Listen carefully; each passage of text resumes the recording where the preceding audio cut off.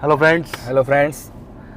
आज मैं और प्रशांत मेरे यार हम दोनों आईपीएल पे जो करंट सिचुएशन चल रही है, आईपीएल के जो करंट स्टैट्स चल रहे हैं और जो वायरल ट्रेंड चल रहे हैं उसके ऊपर डिस्कशन करते हैं थोड़ा सा। और आईपीएल इस टाइम ट्रेंडिंग में भी है, मैचेस चल ही रहे हैं, आप लोग देख ही रहे हो किस तरीके से सिचुएशन हो रही है। और सबसे सटीक सिचुएशन हो रही है रोहित पांड्या, सबसे सटीक सिचुएशन चली मुंबई इंडियंस के साथ, रोहित वर्सेस पांड्या। रोहित वर्सेस पांड्या।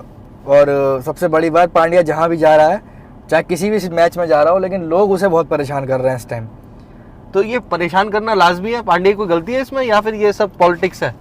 देखो, इंटरनल पॉलिटिक्स जो भी रही हो, कैप्टेंसी की हो या उन दोनों के बीच में रही हो, लेकिन एज अ प्लेयर उसका मनोबल तो टूटेगा कहीं ना कहीं। 3 मैच लगातार वो हार चुके हैं और वो फ्रस्ट्रेशन उसके चेहरे पे दिखाई भी दी कई मैचों में हारने के बाद। रोहित ने भी कई बार फैंस को मना करा, नहीं बू नहीं करना है, उसको नहीं करना, टीज नहीं करना। एक बार तो संजय मांजरेकर को कहनी पड़ी टॉस के टाइम पे, नहीं प्लीज ऐसा प्लेयर मत करो। पर हाँ, एज वो वाली वीडियो देखी थी आपने जब वो फील्डिंग के लिए बाउंड्री पे भेज रहा था रोहित शर्मा को?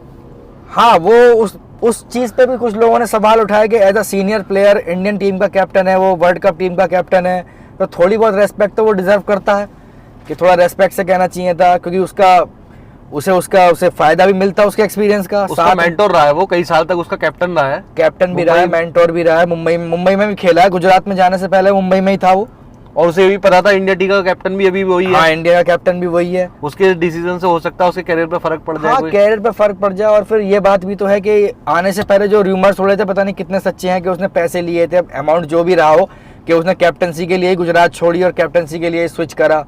अब कितने रूमर्स थे, कितनी सच्चाई थी, वो तो हमें नहीं पता। लेकिन जीटी में भी तो उसका करियर अच्छा ही चल रहा था, क्या दिक्कत थी? जीटी का भी 2 सीजन में से 1 सीजन तो उसने जिता ही दिया था। हाँ, जीटी का जिताया था, अच्छा खेला था, अब भी अच्छा खेल रहा है। शुभमन गिल कैप्टन है, लेकिन उस टाइम पे पता नहीं क्या हुआ था, और इस टाइम की, और सिर्फ इस फैसले की वजह से इतनी हेट उसे मिल रही है, और हो सकता है कि इसका जो फर्क है उसके कैरियर पे पड़े आगे जाके, तो इंटरनेशनल क्रिकेट में। मेरा एक छोटा सा डाउट ये है, मुंबई इंडियंस के फैन उसे हेट कर रहे हैं या फिर इंडिया के फैन उसे हेट कर रहे हैं, या रोहित के जो फैन है वो उसे हेट कर रहे हैं? क्योंकि 3 अलग अलग चीजें हैं।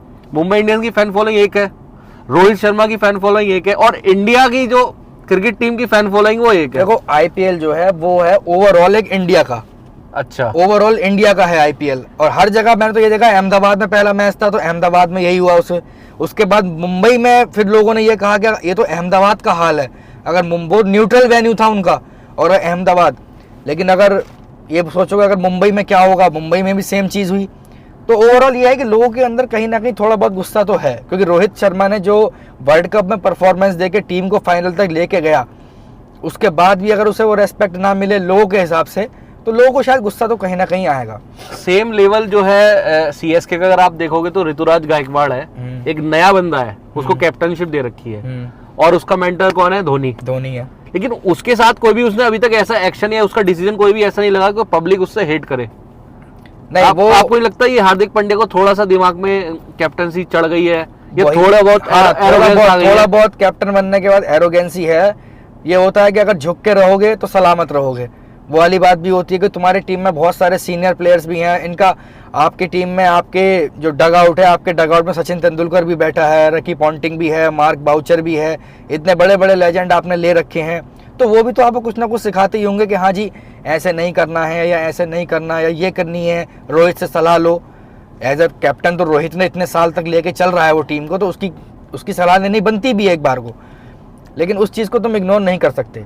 और टीमों में ये चीज़ें देखने को नहीं मिली, चाहे वो आरसीबी हो, आरसीबी में पहले कोहली कैप्टन था, कोहली ने कैप्टनसी छोड़ के डुप्लेसी को बनाया, लेकिन अब भी ये है कि दोनों मिलजुल के फैसले ले लेते हैं, लेकिन यहाँ पे वो चीज़ देखने को नहीं मिली मुंबई के साथ। तो रोहित शर्मा ने कहीं ना कहीं अपना बड़प्पन दिखाया है, एज ए उसका काफ़ी प्रॉमिसिंग करियर रहा है मुंबई इंडियंस में, इंडियन टीम में। उसके बावजूद भी अभी पहले रूमर्स ये उड़ रहे थे आईपीएल स्टार्ट होने से पहले, तो हो सकता है कि रोहित शर्मा इस बार खेले ही ना आईपीएल।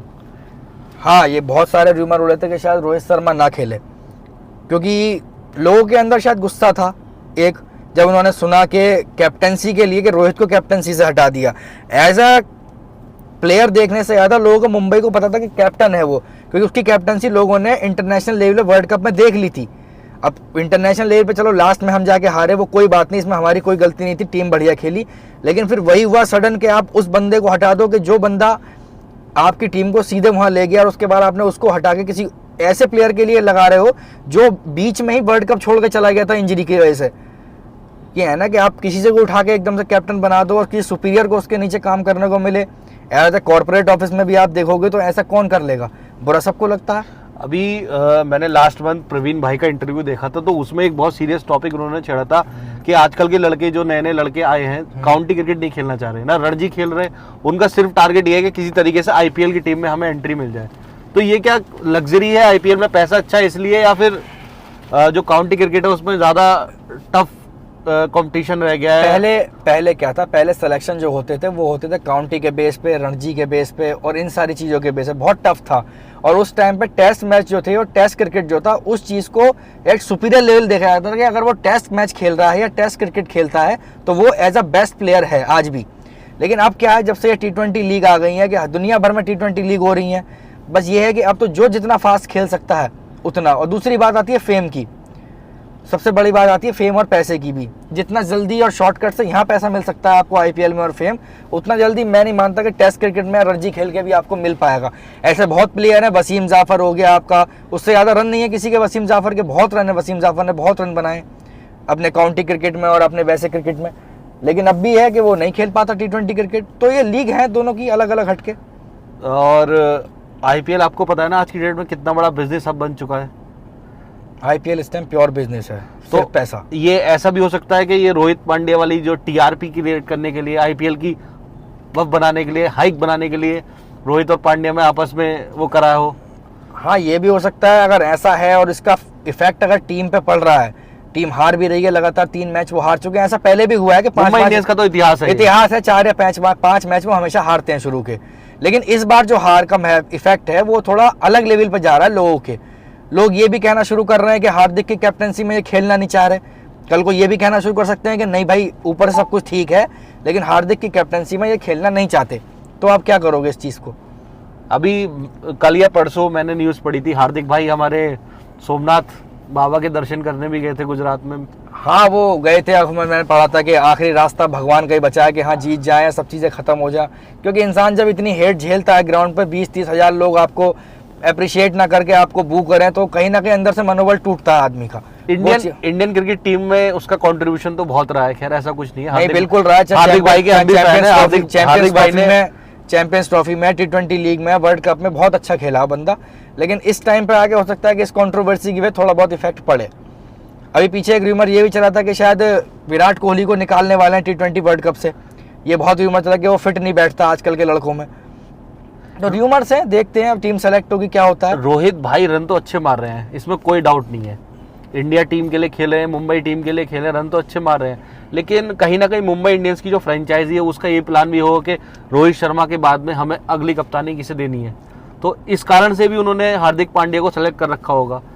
मे बी के रोहित शर्मा के 1 या 2-3 सीजन और खेल पाएंगे जिस तरीके की उनकी फिटनेस है। ये भी हो सकता है, पर इस तरीके से कि उसे स्विच करवा के लाना, कि ये खबरें लाना मार्केट में कि उसने सिर्फ कैप्टनसी के लिए ही आया है, तो ये चीज़ गलत है। अगर तैयारी करवानी थी तो वैसे करवा देते, 2-3 मैचों में कैप्टनसी हटा के या रोहित को अलग करके, तो वो चीज़ अलग रहती।